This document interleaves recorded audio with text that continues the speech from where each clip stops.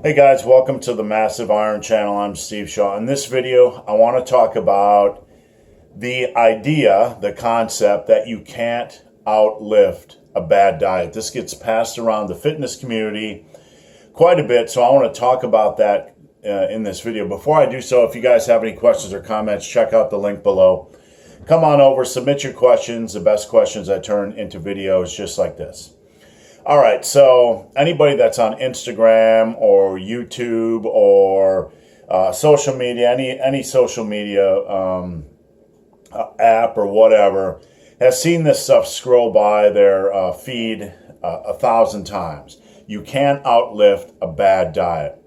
Now, this is a really generic thing to say, and let me explain. When it comes to outlifting a bad diet, you have to ask yourself, what is a bad diet? You see this stuff scroll by your feed, and honestly, when I see it, I have to laugh because it's such a generic piece of advice. It's such a misguided piece of advice. First, you have to define what a bad diet is. Is a bad diet, calorie related? Is it too many calories or too little calories? Is a bad diet protein related? Are you under eating protein? Is a bad diet carb or fat related? A bad diet for some people could be a vegan and or vegetarian diet. They could view somebody on a vegan or vegetarian diet as a bad diet. They could view somebody on a low carb diet as having a bad diet. So the actual concept of what a bad diet or definition of what a bad diet is completely not a part of this belief or this rule of bodybuilding or muscle building. The reality is that you can outtrain a bad diet in 95% of the cases. Now let me explain, because every time I say something like this, I tend to get a lot of heat. But if you think about it, you can outtrain a bad diet, or most definitions of a bad diet, in 95% of the cases. If you are under eating protein a little bit, will it hinder your muscle gains? Maybe slightly, but not by much, as long as your calories are in place. I mean, we all know that a man should aim for about 150 grams of protein a day. But if you're under eating that a little bit and that's a bad diet, but you're still killing it in the gym, you're still going to gain, because at the end of the day, it's a long game. If you remain consistent over a long period of time, you're going to build muscle. Will you be in a slight hole as far as building muscle? Will it be slightly less than optimal? Yes. But we tend to view things as black or white. So the view is like if you're not at 150 grams a day, that all of a sudden you're not going to build any muscle mass, or it's like the switch gets flipped, and you're going to go from 100% potential to 0% potential, which is absolutely ridiculous. The same thing with anything else like carbs. Some people believe you can't build muscle on a low carb diet. I've eaten a very low carb diet for 4 years, and now a lower carb diet, and I'm doing just fine.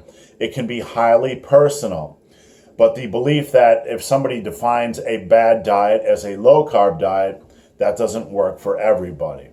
You're still going to build muscle. Now, the concept that maybe a vegan or vegetarian diet is a bad diet, obviously that's misguided. As long as you're getting in enough calories and protein, you're going to be fine. So really, when you look at the spectrum of variables that could possibly hinder, dietary variables or nutrition variables that could possibly hinder gains, even eating a lot of crappy food, if you're getting enough calories, you're still going to make gains. Is it optimal for your health in the long run? No, but as long as you're getting in enough protein and calories, and you're eating just processed foods and canned foods or whatever, you're still going to make progress. There's been plenty of bodybuilders over the years that haven't been rich, that had to resort to a lot of really subpar foods. So it might not be best for health, but you could define that as a bad diet, but you can still make gains off of it. Now, really, the only bad diet variable, in my opinion, is going to be under eating calories. Now, so next time you see you can't out-train a bad diet, really the only variable I see that could hinder a lack of or a slowing of muscle growth would be under eating calories. But under eating calories is kind of the same as under eating protein, probably a little bit more extreme. Under eating protein slightly is not going to be a big deal. Under eating calories by 300 to 400 a day, obviously you're going to be in a cut situation. It's going to be hard to maintain body mass. And if that is going on in your life and you're lifting and you're not trying to cut, you got issues to begin with. I mean, you got issues to begin with. But let's be real here for a moment.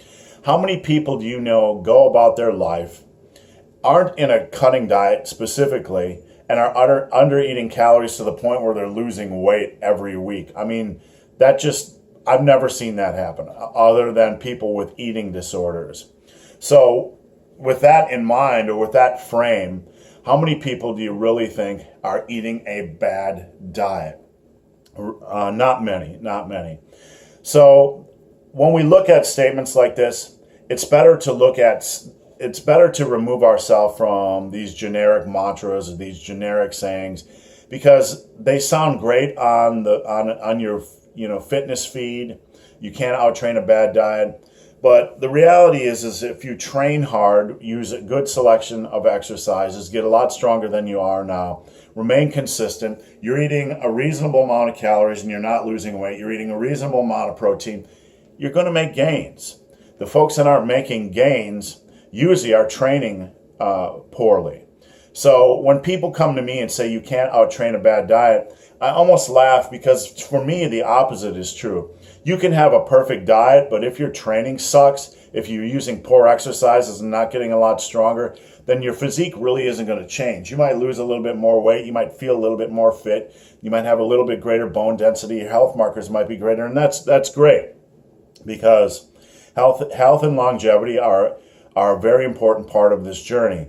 But back to muscle building, which this is specifically referencing, or changing your body to look better and more fit or more athletic, training is more important in my opinion than diet, because very few of us undereat calories. Very few of us are eating so little protein, such a minimal amount of protein, that it's going to hinder progress. So that's my opinion. I want to hear what you guys have to say. Drop a comment below. So guys, hope this video has been of some help. If you have any questions or comments, check out the link below. If you've made it this far in this video and have yet to subscribe to my channel, please do. I'd appreciate the support. So guys, as always, thanks for watching. Have a great day.